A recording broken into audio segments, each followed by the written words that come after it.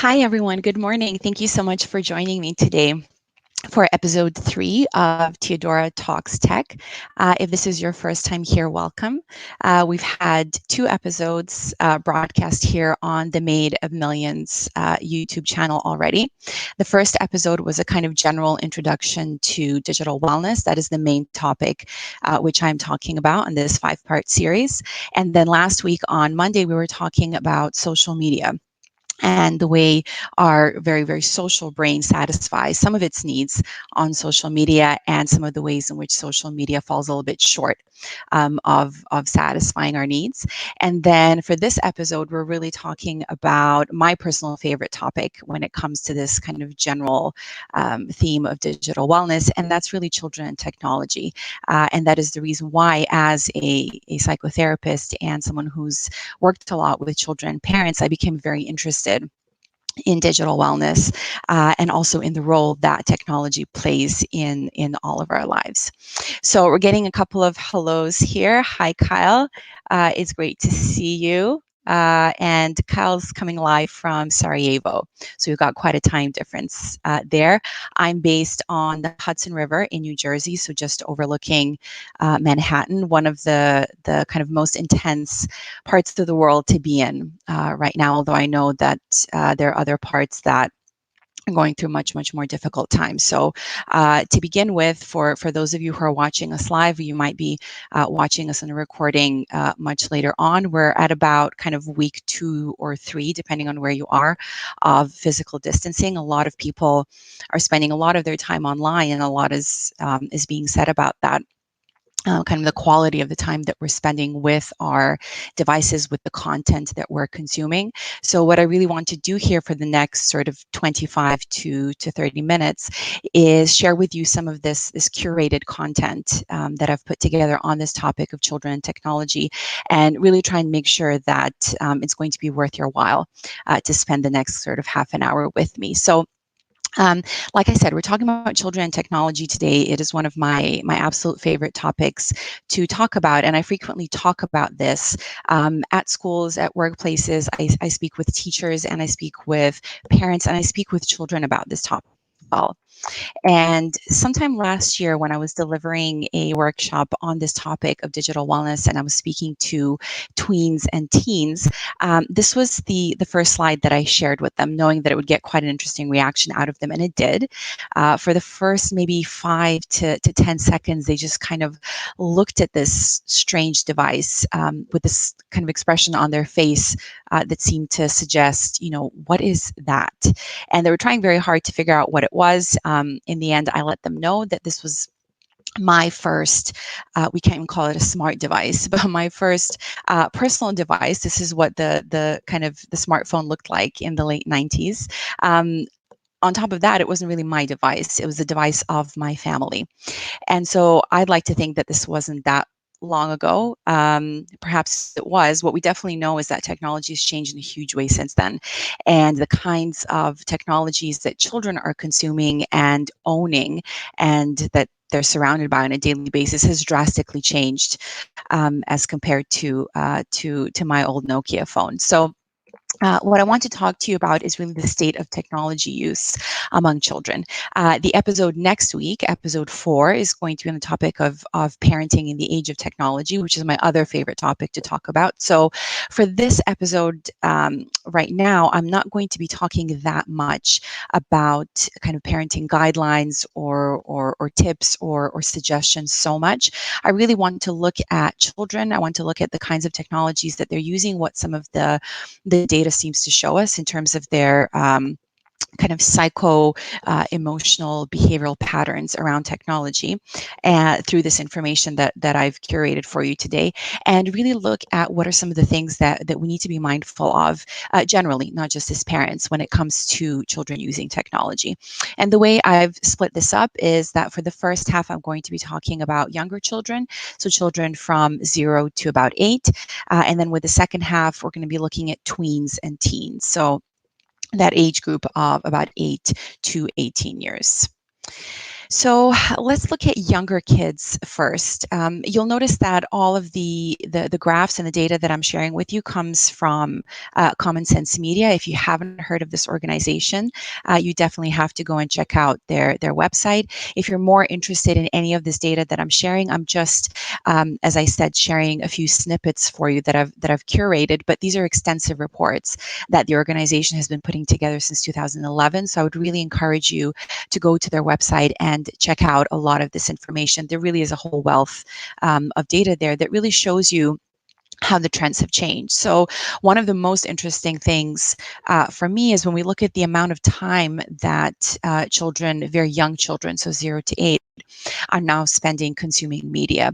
One of the most interesting things has been the fact that for the most part, they now tend to consume media from mobile devices, so primarily smartphones, tablets. And a very interesting thing that's happened since about 2011 is that the average time which they spent consuming media or mobile media has drastically increased. So we're talking about screen time here, which I'm sure is a term you've heard pretty often, and a lot of people kind of have this debate about, is it relevant to talk about it or not? The most kind of important thing that I see in this graph is what are children spending less time doing now if they're spending more time on these mobile devices? Of course, the content of the technology they're consuming is very important as well. But when we're talking about kind of slightly older children, we're talking about young adults as well, screen time on its own doesn't give us a lot of information.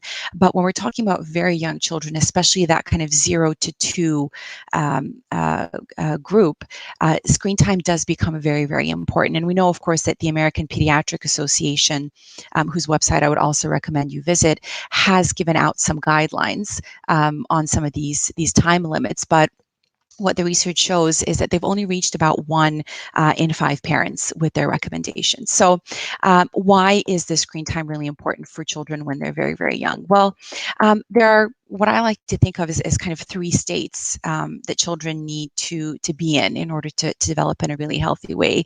And these pictures just kind of outline the basic idea behind each one of these. So to begin with, kids, of course, need lots of stimulation. They need lots of guidance, and this comes through the different toys and the different objects and things that we surround them with, of different textures, different shapes, different colors. All these are very, very important. Secondly, kids need to spend a lot of quality alone time. This really helps them develop their imagination, their ability to daydream, their ability to kind of independently think about themselves and as others. And this becomes very, very important as kids become older. Their ability to really embrace boredom, to tolerate boredom, and then to produce a lot of creative thinking as a result of that boredom. And then, of course, the most important one is that they spend a lot of time, a lot of time with the caregivers in their environment with their parents. Ideally, 2, ideally even more adults than that. So grandparents, aunts, uncle, cousins, and so on.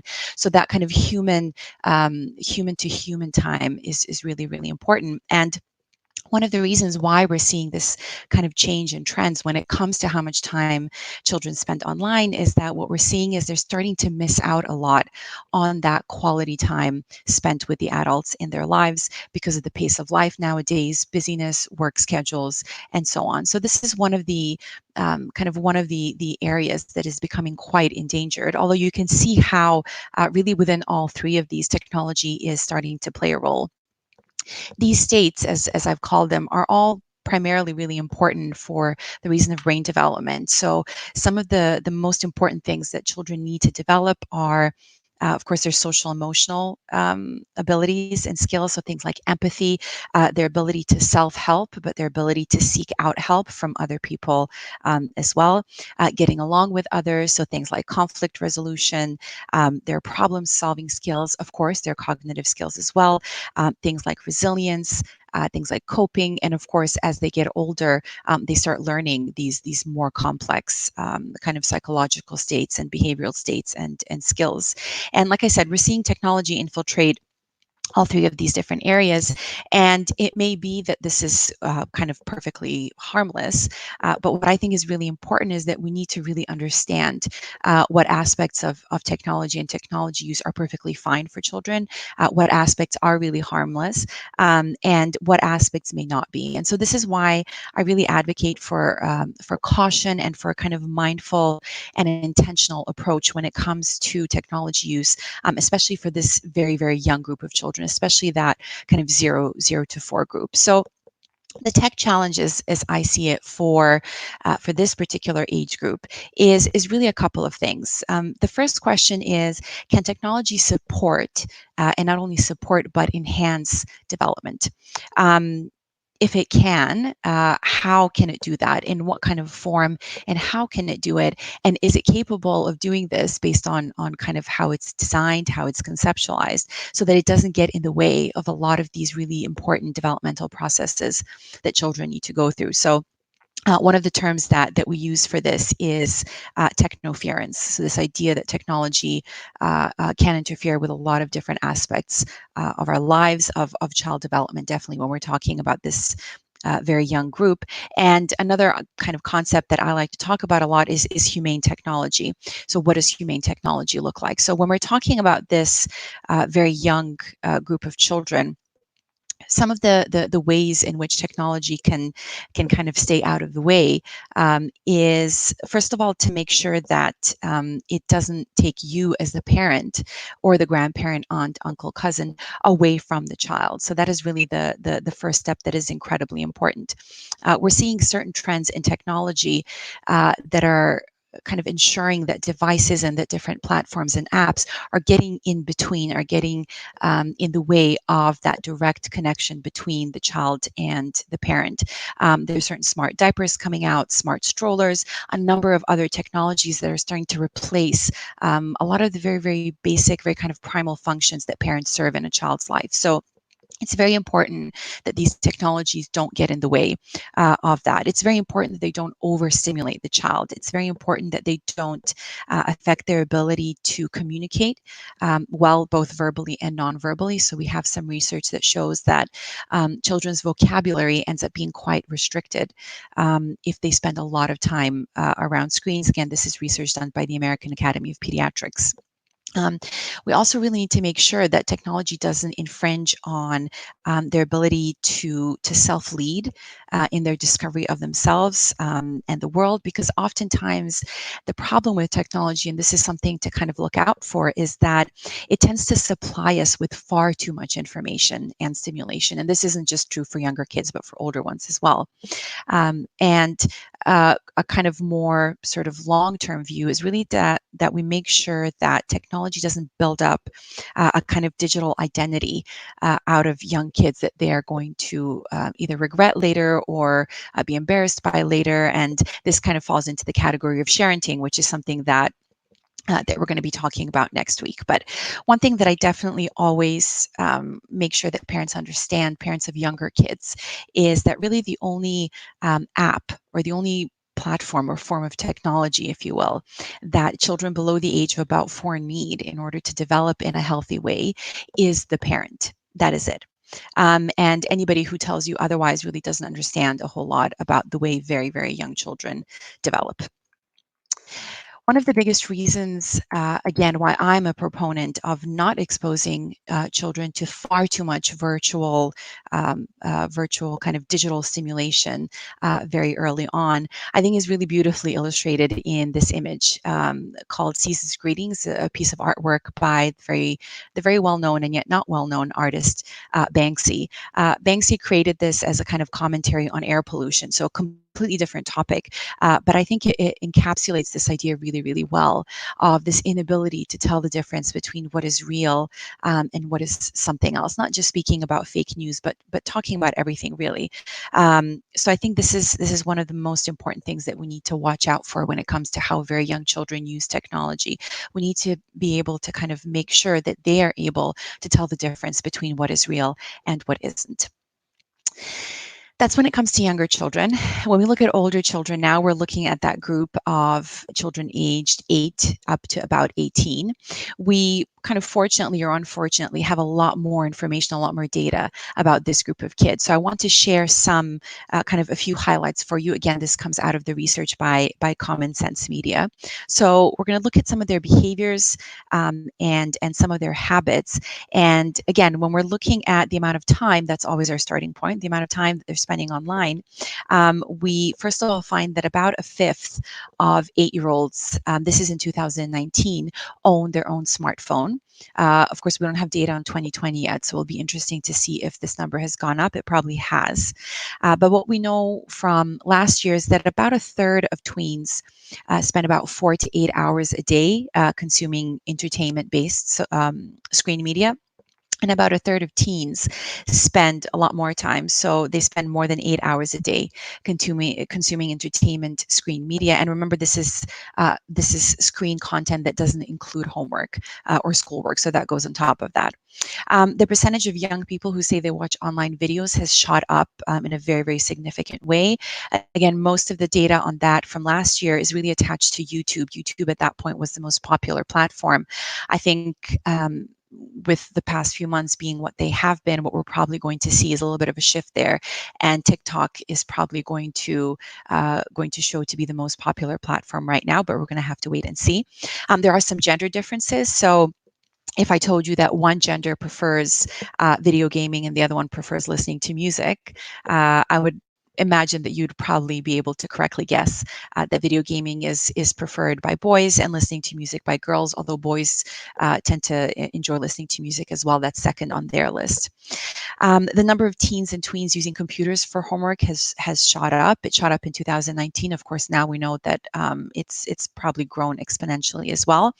And then when we look at some of the more kind of detailed data about some more detailed and kind of deeper behavior, what we're finding is that very few children actually track the time that they spend on their devices, and that nearly 50% of teens feel as though they spend the right amount of time on tech. And I'm sure all of you who have teenagers have experienced that conversation or debate many times.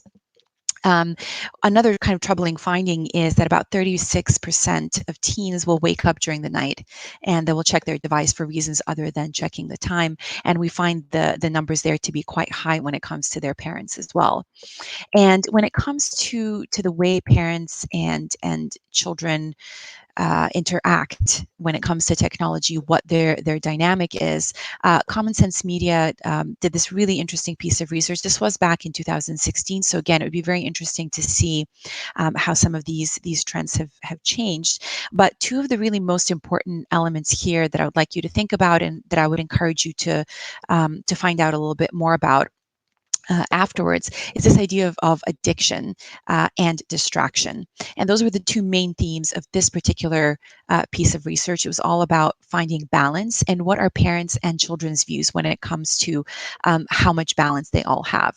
Overall, what the research showed was that both children and parents do feel that to a certain extent they are addicted to their devices. So children use this term specifically as well. It's not just the parents. And they do find that the other side also gets so that technoference relatively frequently. So I would really encourage you, again, especially if you're a parent of teens, to look up this study, look up this piece of research, and here's one parenting tip to really use this as a kind of conversation starter with your child. We'll be talking, of course, about that a lot more next week when we talk more about some of the kind of parental guidelines. For how to balance out tech use and how to talk to your kids about their tech use and your own tech use as well. Social media, of course, as I talked about during the previous episode, plays a huge role in all of our lives, for children in particular. Just a quick reminder, when we talk about social media, we are really talking about kids age 13 and above, although we do know that a pretty significant portion of kids younger than that is using technology as well. So sometimes kids as young as about 8 or 9 years old. So In 2019, so this is a statistic from last year, about 63% of teenagers were using social media every single day. And we can see from here that Snapchat really was the most popular platform at that point. Some of the other interesting information here is when we look at, again, how children conceptualize the ability of social media to distract them. You can see here in some of the figures that more than half of these kids who were polled do have some awareness of the fact that technology will often distract them. And in some cases, this was relatively young kids. So the youngest that were polled were 13 years old. So I think, again, this is a really nice leeway if you're wanting to start up a conversation with kids, whether you're their parent or not, to talk to them about the way technology impacts them and to what extent it distracts them from things like homework, interacting with their friends face to face, and so on. Again, it will be interesting to see what kind of figures come out in 2020, especially because of the way TikTok is being used nowadays. And we know that it is, in fact, a social media platform as well, even though it wasn't advertised as such up until maybe 6 months ago or a year ago. But we do know that on average, users spend about an hour a day on TikTok, and about 90% will check it many times every single day. And I think that's absolutely true, at least over the past couple of weeks, it has been the case. So we do have some more kind of nuanced findings here when it comes to social media and teenagers as well. They're a lot more likely to say that social media has a positive impact on them rather than a negative impact. However, what was really interesting in this study is that teens with lower social emotional well-being experienced more of the negative consequences of social media than the kids with higher social emotional well-being. So this is another really important a kind of a trend or an occurrence when it comes to teens and their social media use to think about, again, especially if you are observing certain behavior that's a little bit troubling and you want to initiate this conversation. So we do know that this trend does exist. This was a graph that I showed you. You've probably seen it already if you've seen my two previous episodes, where we can look at this kind of balancing act that kids are playing on social media and the way that it affects different aspects of themselves. So we have 4 platforms here: Instagram, Snapchat, Facebook, and Twitter. Again, I think TikTok will absolutely have to be added after this year. But we can see the impact it will have on things like fear of missing out. Snapchat seems to be really, really bad when it comes to that. Body image seems to be a really bad one as well, or well, within the realm of Instagram anyway, it has a potentially very negative impact, especially on girls. So we know there's a gender difference there. But then again, when we look at the positive effects, we can see that there is a really substantial number of elements that are positively affected by social media use. So things like self-expression seem to be the absolute top ones when it comes to using Instagram and Twitter in particular. When we look at emotional support, even though kids, teenagers are not using Facebook so much anymore, and we've seen so many articles saying that Facebook is just not cool anymore, we can see that when it comes to emotional support in particular, and this was 14 to 24-year-olds in the United Kingdom. This is data from a couple of years ago. Facebook was really, really important for them when it came to their emotional support. So it's a very nuanced view. There's also a kind of a balancing game that the kids are playing, and that I think is one of our roles to really help them balance out these positive and negatives, or rather really try and amplify these positives. When we look at what teenagers need, so the not so little humans in our lives, I tend to conceptualize it again as this balancing act, almost as an image of a seesaw. They're constantly trying to negotiate and to try and find a balance between these different, sometimes kind of opposing or conflicting forces in their lives. So on the one hand, it's parents; on the other one, it's peers. It's dependence versus independence. It is this desire to hide versus this desire to get a lot of attention, to draw in in a lot of attention. It's really needing boundaries, but at the same time wanting freedom, wanting to follow and wanting to lead, wanting and desiring a very, very predictable, consistent environment, but also needing a lot of novelty. Self-obsessing versus other obsessing. And the two things that they always absolutely need and that we all do, no matter our age, are of course acceptance and belonging. And so last year when I was talking about our social brain and social media, you could really see how a lot of these different needs play into how social media is designed and the role that it plays in all of our lives.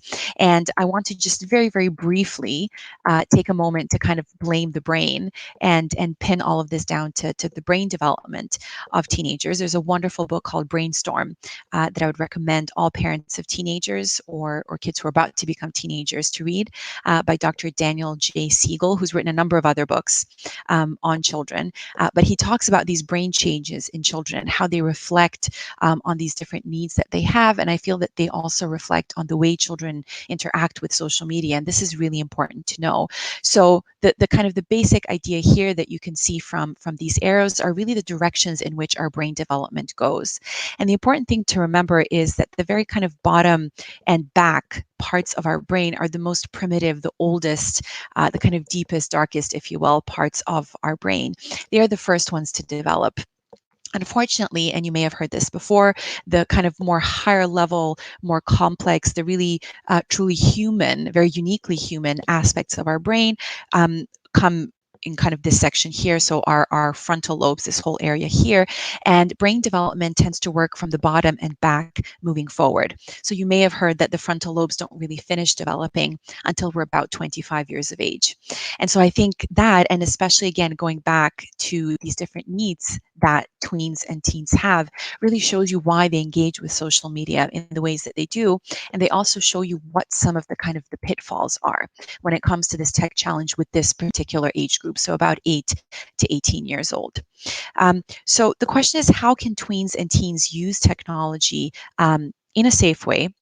So in a way that is safe, supportive, and that also helps this attempt that they have to create balance. So ways to really help them negotiate and balance out that seesaw, and also the ways that don't tarnish their humaneness. So oftentimes when I talk about children and technology and the future, I recently spoke about that at a summit that was looking at artificial intelligence and emotional intelligence. One of the questions that often comes up is, what are the ways in which children can prepare for the future?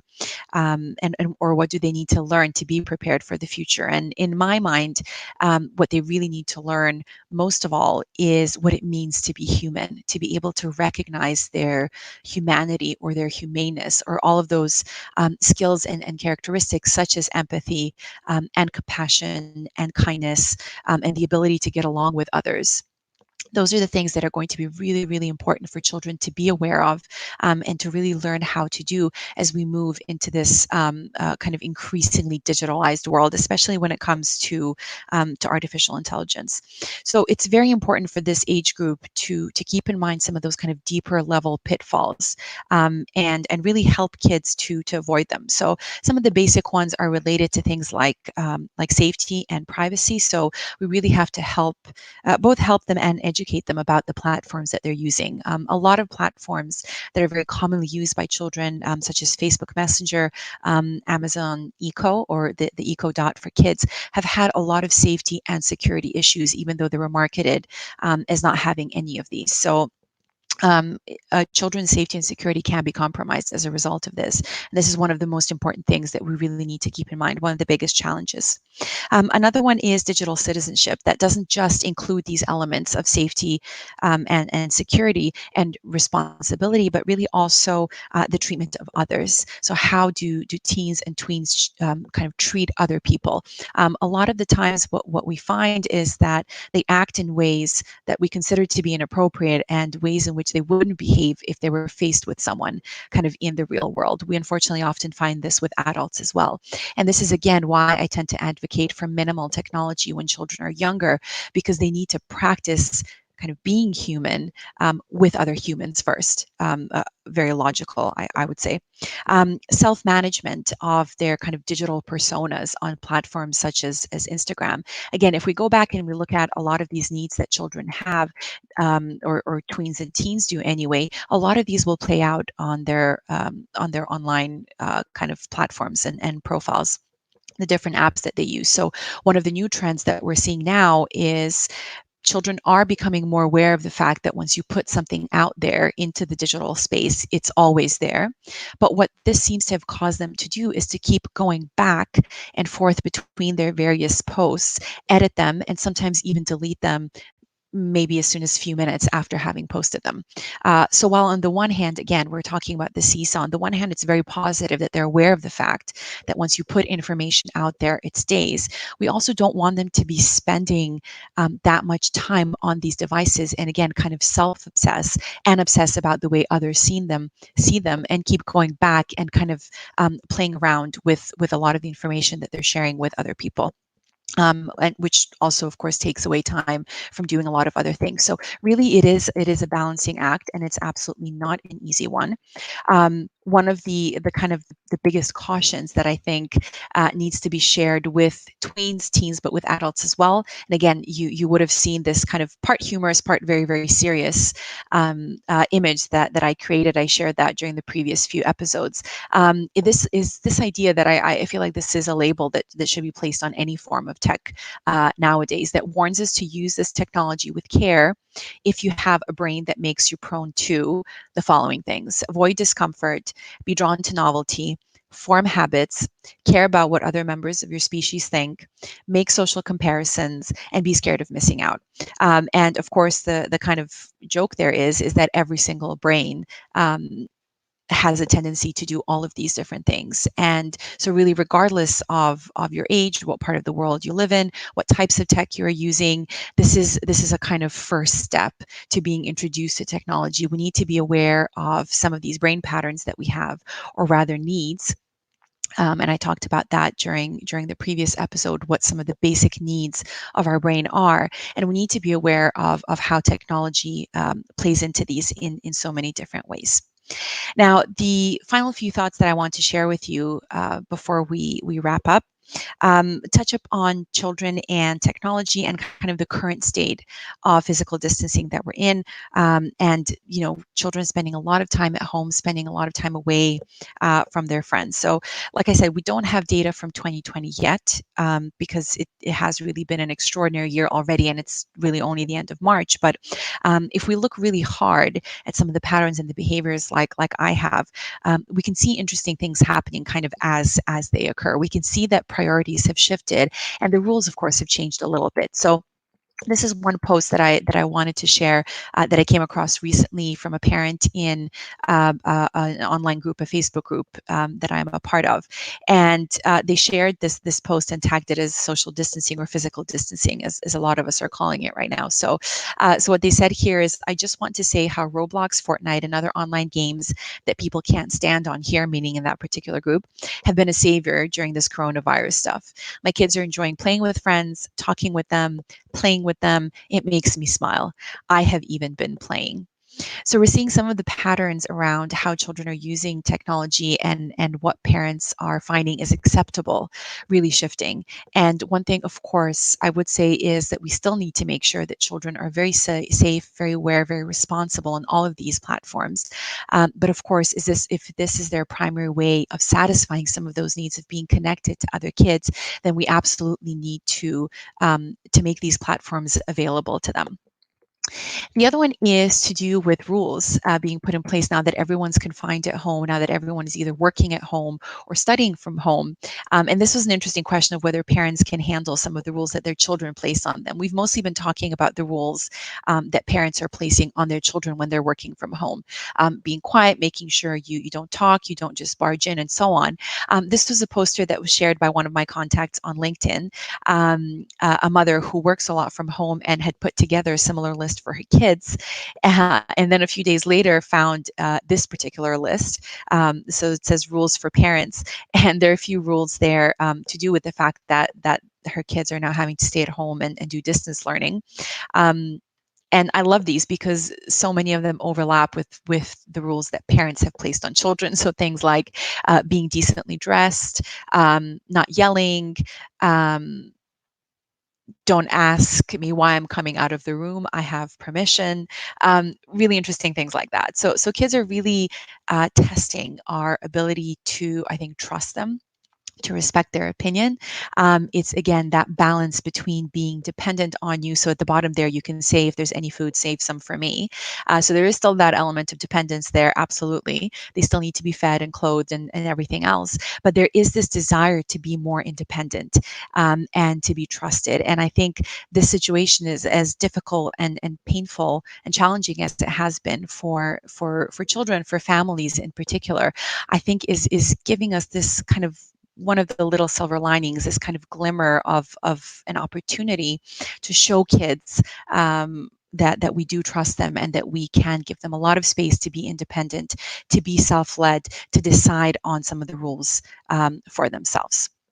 So with that, I want to thank you for spending the past 35 minutes with me talking about children and technology. If you would like any additional resources or you would like to get in touch, you can see my email address over there. You can follow me on Twitter as well, where I share a lot of information about children and technology and digital wellness and all of these different topics. I just want to say hello to all of our friends who have joined us this morning. Let me see, there's one question here that's interesting. It says, do you think that with the rising social media usage trend among younger children, they are becoming less aware of what is truly important offline? So one of the kind of the first research findings that comes to my mind with that question, and thank you for sharing that question with us in the comment section, is again from one of the reports that Common Sense Media put together. And one of them showed that children do seem to value face-to-face time with their friends a lot less nowadays than they did before. I think this was research done either last year or the year before. So it's definitely logical that some of these priorities would change for them, that the way they value kind of the interactions that happen in their real lives will be very different for them than it was, say, for me and for generations even older than me. Again, at the beginning of this presentation, I showed that picture of my little Nokia phone that really wasn't able to do a whole lot. So it wasn't able to replace those face-to-face interactions for me. But yes, I do think that they do become less aware. I think it's just normal if you're exposed to technology to such an extent. Again, we saw that increase for very, very young children from spending about 5 minutes in 2011 on their mobile technologies, going up to 48 minutes. Again, if we look at 2020, that time probably has gone up regardless of what's been going on right now with the coronavirus. So they're spending more time surrounded by technology, which means that the kind of the rules of engagement, the rules that they see in their lives are changing. One of the ways that I also like to talk about what parenting is really, especially in those early days, is you really are kind of helping your kids write up algorithms for themselves, or you are essentially helping to code their behavior. So algorithms work based on the principle of, if this happens, then this will happen. And that's really what raising kids is all about. That's what we're trying to teach them, the rules that exist all around them. So if this happens, then that happens. So if you cry, then I do this. If you smile, then I do this. If you pick this up, this is the consequence. And so if we're inserting technology into so many of their behaviors, a lot of the times we're using them as rewards, we're using them as punishments, they're being used to communicate with others. For them, this is becoming the new normal.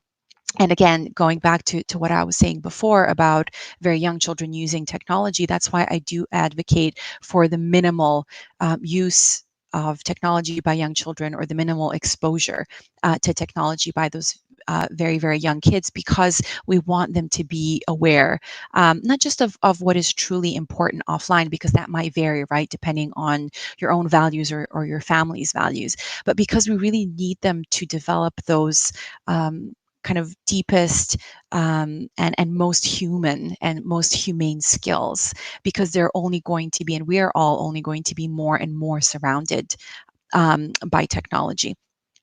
So share the link for next Monday's topic. I will try to do that. I will have to admit that I'm not the most tech savvy person, and I do actually think that the YouTube link isn't up yet.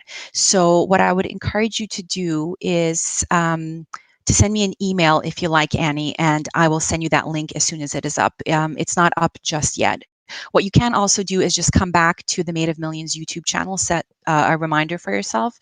For next Monday, again, it will be 10 a.m. Eastern Time, and I will be here again talking about parenting in the age of technology. But otherwise, if you would like me to send you that link once it comes up, just please send me an email.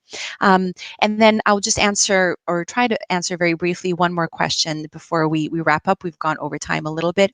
If you need to leave, that's perfectly fine. So thoughts on the current situation and the lockdown and kids using technology even more before. Will this become an issue over time? The current situation we're in at this point feels like it's been going on for much longer than it actually has. So like I said at the beginning, at least here in the US, it's only been a few weeks of a lockdown, but we know that our lives have completely changed just in this short period of time. And it's mostly to do with how we use technology. So before I came online with you today, one of the little kind of alerts or warnings I got is that a lot of online platforms are starting to experience very, very, very heavy traffic. And just to keep kind of to keep that in mind in case we get into some technical issues. So our lives have changed. We're all spending a lot of time online. I do think that this is becoming an issue, or has become an issue already. I know for me personally, spending so much time online, even if it is connecting with friends, right? So it's a kind of positive pro-social use of technology. I have been finding it stressful myself as well. And I'm sure all of you have too. So just the fact that we really do almost exclusively depend on these screen-based devices to communicate with each other, to work, to learn, to study. We have no other choice at this point. I do think has had a detrimental effect on many of us, children and adults. The silver lining that I see there, and I always try to with my kind of positive psychology background, is that this is really going to help us set that benchmark and figure out a little bit better than I think we were able to figure out before, where our limits are and where our comfort zone is, and how much technology use feels positive, feels nurturing, supports our learning, supports our productivity, supports our ability to create and to work, and to again stay in kind of meaningful contact with each other. But I think we're also becoming more aware of where that boundary is, where that line is, past which it just becomes uncomfortable or becomes detrimental or starts to hurt our mental health awareness. So I appreciate that question, because I think that's one of the most important things that we have to keep in mind during this time of physical distancing and using technology so much for both social purposes, work purposes, for educational purposes as well. I would really encourage everybody to keep track of how much technology use feels good and feels positive and feels supportive, and how much of it is just proving to be detrimental, even in just a very physical way. Again, one of the things that I've noticed is headaches almost on a daily basis at this point. So that's another really important thing to talk to kids about when it comes to very young children. I didn't mention that earlier, but one of the reasons why the American Pediatric Association has some of these guidelines, especially for that 0 to 2 age group, is because there are a lot of systems within the child's kind of brain and body that are still developing, and that exposure to technology could impact them in a negative way. One is their visual system, and so we find that it can cause a lot of eye strains, a lot of headaches, even for very, very young children. And of course, the problem there is that if you have a young child who is pre-verbal, they're not going to be able to explain to you what the problem is, and you're going to end up with a very dissatisfied toddler, which they often can be anyway, but you won't quite know in what way to help them. So really pay attention for yourself and also for your children. Notice their behavior around technology. Really notice how much of it feels good and how much of it feels bad. And then next week, when we're talking about parenting in the age of technology, we're going to be talking about what are some of the kind of the guiding principles, some of the very practical tips, and the ways in which we can really help children from a very early age become very aware of what technology is and how it's built and what's the purpose that it's meant to serve, and then how we can help them kind of create that balance that I was talking about. And that's not just important for the tweens and teens, that's really, really important for us adults as well. So I'm going to wrap it up now. I know we do have a couple of more questions. Please do reach out to me directly, and I will answer them as best as I can. Again, if you would like any additional resources, please let me know. And if you're interested in the topic of parenting in the age of technology, I will see you next week on Monday at 10 a.m. Eastern Time. So until then, please stay safe and stay healthy. And thank you so much for joining me.